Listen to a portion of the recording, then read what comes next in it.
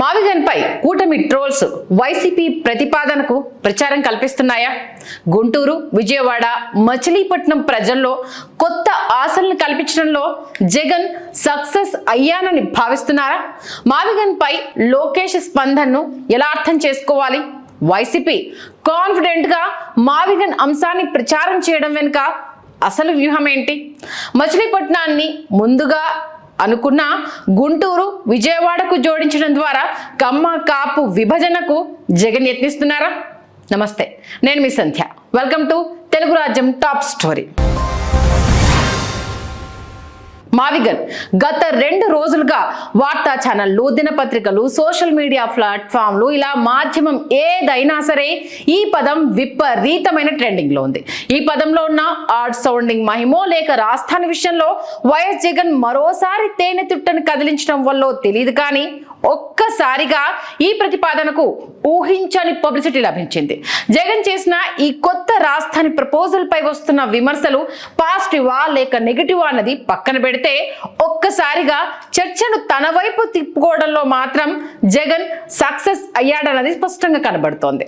శాశ్వత రాజధానిగా అమరావతికి చట్టబద్ధత కల్పిస్తూ పార్లమెంట్లో కీలకమైన బిల్లు పాస్ అయినప్పటికీ మీడియాలో దానికి దక్కాల్సిన ప్రాధాన్యత మాత్రం లభించలేదు. జగన్ విసిరిన మావిగన్ అస్త్రం అమరావతి బిల్లును పూర్తిగా ఓవర్టేక్ చేయడం ఇక్కడ గమనార్హం.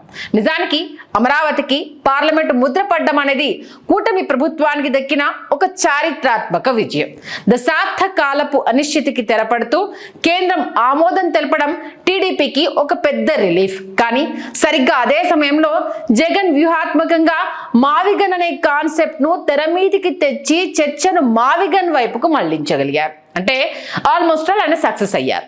సోషల్ మీడియా వేదికగా మావిగన్ అనే పదంపై ఎన్ని ట్రోల్స్ వస్తున్నప్పటికీ జగన్ ప్రతిపాదించిన అంశం వెనుక ఒక బలమైన లాజికల్ పాయింట్ లేదు అని కొట్టిపారేయడానికి లేదు.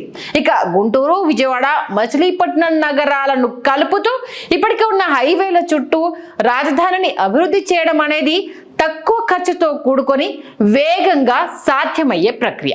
అమరావతి శంకుస్థాపన జరిగి నేటికి సరిగ్గా 12 ఏళ్లు గడుస్తున్నా అక్కడ ఆశించిన స్థాయిలో శాశ్వత నిర్మాణాలు జరగకపోవడం, అధికార కూటమి సైతం ఇప్పటికీ అమరావతి విషయంలో కాన్ఫిడెంట్ గా ప్రజలకు ఫలానా సమయంలో పూర్తి చేస్తాం, ఇది అసాధ్యం కాదు, సాధ్యమే అని చెప్పలేకపోతోంది. అంటే ప్రజల్లో అమరావతి పట్ల అనుమానాలకు టీడీపీ అవలంబిస్తున్న వైఖరి కూడా ఒక కారణం. ఇప్పుడు పార్లమెంట్ లో చట్టబద్ధత కల్పించిన క్షేత్రస్థాయిలో ఆ నగరం ఎప్పటికీ పూర్తవుతుందనే విషయంలో ఎవ్వరికి స్పష్టత లేదు. ప్రజలు అమరావతికి వ్యతిరేకం కాకపోవచ్చు, అలా అని రాష్ట్ర ప్రజలు అమరావతికి అనుకూలమని చెప్పడానికి కూడా వీల్లేదు. రాజధాని విషయంలో వారు కోరుకుంటున్నది కేవలం స్థిరత్వం, ఒక ప్రాక్టికల్లీ పాసిబుల్ రాజధాని. ఈ క్రమంలో జగన్ ప్రతిపాదించిన గ్రేటర్ సిటీ కాన్సెప్ట్ ను ప్రజలు పూర్తిగా విస్మరిస్తారు. 3 రాజధానుల మాదిరిగా ఒక జోక్గా తీసుకుంటారని అనుకోవడానికి ఏమాత్రం ఆస్కారం లేదు. మరీ ముఖ్యంగా కృష్ణా, గుంటూరు జిల్లాల్లో మావిగన్ పై జగన్ కు పాజిటివిటీ వచ్చే అవకాశమే ఇప్పుడు ఎక్కువగా ఉంటుంది. రాజధాని నిర్మాణాలు, ఆఫీసులు మచిలీపట్నం లాంటి ప్రాంతాలకు తరలి వస్తే అక్కడ భూములు ధరలు పెరిగే అవకాశంతో పాటు వ్యాపారాలు కూడా మెరుగయ్యే అవకాశం ఉంటుంది. అమరావతి CRDA పరిధిలోని జనాభా కేవలం 7 లక్షల వరకు మాత్రమే ఉంది. జగన్ చెప్తున్న మావిగన్ విస్తరించి ఉన్న ప్రాంతాల జనాభా మొత్తం కలుపుకుంటే 40 లక్షల వరకు ఉంటుందని అంచనా. ఇక టీడీపీకి ఉన్న అత్యంత బలమైన ఆయుధం ఆ పార్టీ ప్రచార యంత్రాంగం. తమకున్న అన్ని మీడియా వనరులను ఏకం చేసి ప్రత్యర్థిపై ఏకధాటిన దాడి చేయడం, ప్రజల్లో జరిగే చర్చను ప్రచార వ్యవస్థల ద్వారా కంట్రోల్ చేయడం ఒక పదునైన రాజకీయ వ్యూహంగా టీడీపీ భావిస్తోంది. గత కొంతకాలంగా మెడికల్ కాలేజీల వివాదం, తిరుమల లడ్డు వ్యవహారం వంటి అంశాల్లో డిఫెన్స్ గేమ్ ఆడుతూ వచ్చిన టీడీపీకి జగన్ రాజధానిపై చేసిన వ్యాఖ్యలు ఒక్కసారిగా అంది వచ్చిన అవకాశంగా మారాయి.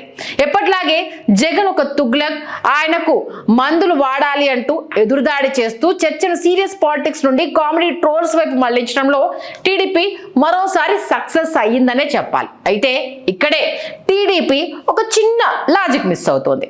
మావిగన్ అనేది కేవలం ఒక పేరు మాత్రమే కావచ్చు, కానీ అది రాజధానికి సంబంధించిన ఆల్టర్నేటివ్ మోడల్ కూడా. టీడీపీ ఈ పేరును ఎంతగా ట్రోల్ చేస్తూ ప్రచారంలో ఉంచితే అంతగా ఆ పేరు వెనుక ఉన్న మోడల్ గురించి ప్రజల్లో చర్చ జరుగుతుందనే విషయాన్ని వారు విస్మరించారు.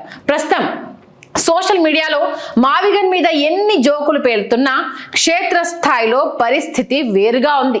ముఖ్యంగా గుంటూరు, విజయవాడ, మచిలీపట్నం ప్రాంతాల్లోని సామాన్య ప్రజలను జగన్ ఆలోచనలో పడేశారు అనేది ఇక్కడ అందరూ గుర్తెరగాల్సిన వాస్తవం.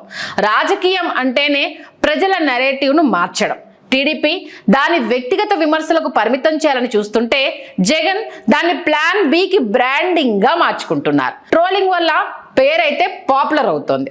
ఆ పాపులారిటీని వాడుకొని జగన్ తన లాజిక్ ను ప్రజలకు వివరిస్తే అది టీడీపీకి రివర్స్ అయ్యే ప్రమాదం కూడా ఉంది. ప్రత్యర్థి వేసే జోకులే తన ఐడియాకు ఉచిత ప్రచారంగా మారడం అనేది జగన్ వ్యూహంలో భాగమేమో అనిపిస్తోంది. అందుకే సోషల్ మీడియాలో నవ్వులాటగా కనిపిస్తున్న ఈ మావిగన్ మంత్రం రేపొద్దున క్షేత్రస్థాయిలో ఎలాంటి రాజకీయ ఫలితాలను ఇస్తుందో చూడాల్సిన అంశమే. ఒక బలమైన మీడియా వ్యవస్థను ఎదుర్కోవడానికి జగన్ ఎంచుకున్న ఈ డ్రామాటిక్ టైటిల్ స్ట్రాటజీ ప్రస్తుతానికైతే అందరి దృష్టిని ఆకర్షించడంలో సక్సెస్ అయ్యిందనే చెప్పాలి. ఇక ఈ అంశంపై తాజాగా మంత్రి నారా లోకేష్ ను ఒక జర్నలిస్ట్ ప్రశ్నించగా ఆయన నుంచి వచ్చిన స్పందన, బాడీ లాంగ్వేజ్ ఆసక్తికరంగా ఉంది. ఎప్పట్లాగే జగన్ ఒక రోడ్డు కూడా వేయలేదు, విశాఖలో ఒక కట్టడం కూడా కట్టలేదు అంటూ పాత విమర్శలతోనే లోకేష్ సరిపెట్టారు. మావిగన్ మోడల్ సాధ్యాసాధ్యాలు, ఆర్థిక లెక్కల జోలికి పోవడం ఇక్కడ అంటే ఆ జోలికి పోకపోవడం ఇక్కడ గమనార్హం.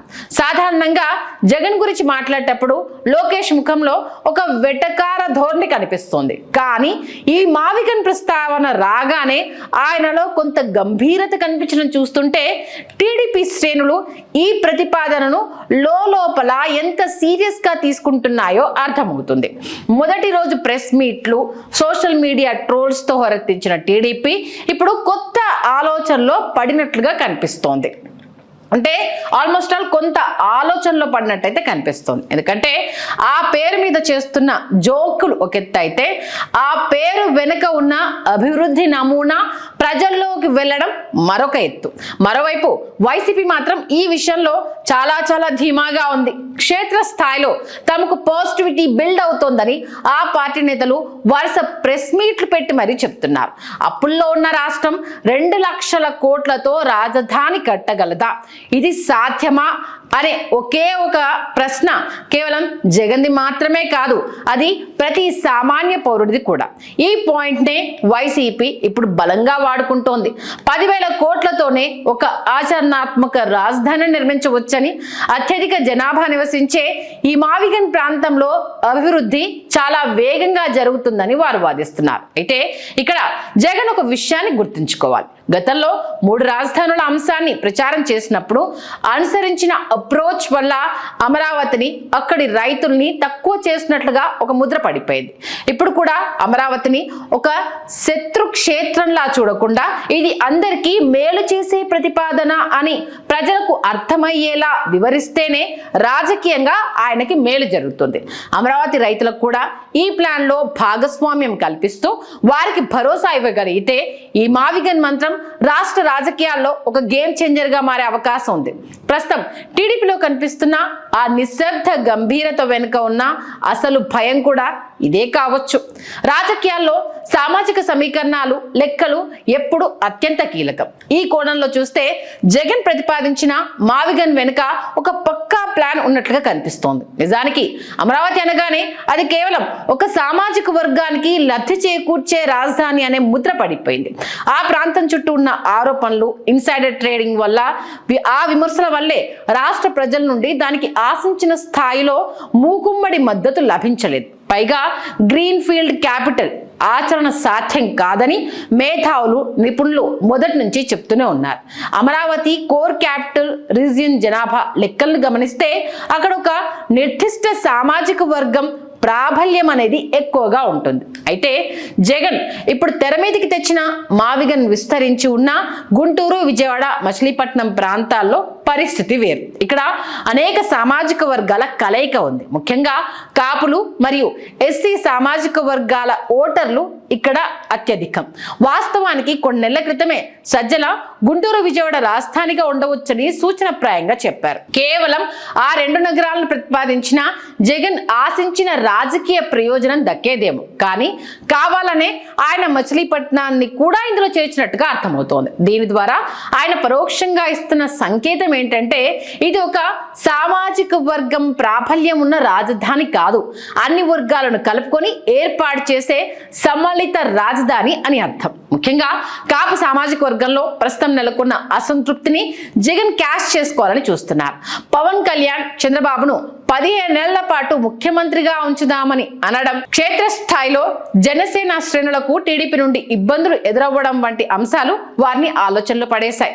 ప్రభుత్వం రావడానికి మా పాత్ర ఉంది, కానీ ప్రభుత్వంలో మాకు తగిన ప్రాధాన్యత లేదు అనే అసహనం కాపు సామాజిక వర్గంలో స్పష్టంగా కనిపిస్తోంది. ఇటీవలే అంబటి రాంబాబుపై జరిగిన దాడి తర్వాత వారిలో కొంత న్యూట్రాలిటీ తీసుకురావడంలో వైసీపీ సక్సెస్ అయింది. ఇప్పుడు కాపుల ప్రాబల్యం అత్యధికంగా ఉన్న మచిలీపట్నాన్ని గుంటూరు, విజయవాడలో కలపడం ద్వారా ఆ వర్గాన్ని తన వైపు తిప్పుకోవడానికి జగన్ ఒక బలమైన ఎత్తుగడ వేశారని చెప్పవచ్చు. రాజధాని అభివృద్ధి ఫలాలు అందరికీ అందుతాయనే భరోసా ఇవ్వడం ద్వారా సామాజిక సమీకరణాలను మార్చేయాలన్నది జగన్ లక్ష్యంగా కనిపిస్తోంది. మొత్తానికి మావిగన్ విషయంలో విపరీతమైన ట్రోలింగ్ ఎదుర్కొన్నప్పటికీ వైసీపీ ఈసారి డిఫెన్స్ లో పడకుండా తన ప్రతిపాదనను అత్యంత బలంగా ప్రజల్లోకి తీసుకెళ్లింది. సోషల్ మీడియాలో జరిగే చర్చను పక్కన పెడితే క్షేత్ర స్థాయిలో ముఖ్యంగా ఉమ్మడి కృష్ణా, గుంటూరు జిల్లాల్లోని సామాన్య ప్రజల్లో ఈ గ్రోత్ కారిడార్ పై ఆసక్తికరమైన చర్చ మొదలైంది. ఇది తమకు రాజకీయంగా మరియు సామాజిక సమీకరణాల పరంగా భారీగా కలిసి వస్తుందని వైసీపీ గట్టిగా నమ్ముతోంది. మొత్తానికి మావిగన్ ఇప్పుడు పొలిటికల్ సర్కిల్లో ఒక బాంబ్ అనే చెప్పాలి. హలో, తెలుగు రాజ్యం ఛానల్ చూస్తున్నారా? సామాజిక, రాజకీయ జీవన చిత్రణే తెలుగు రాజ్యం. అతిశయోక్తులు, అసత్యాలు ఉండవు. రాజకీయ కోణం కాదు, ప్రజా కోణమే కొలబద్ద. తెలుగు రాజ్యం వీక్షణ మీ ఉత్తమ అభిరుచికి నిదర్శనం.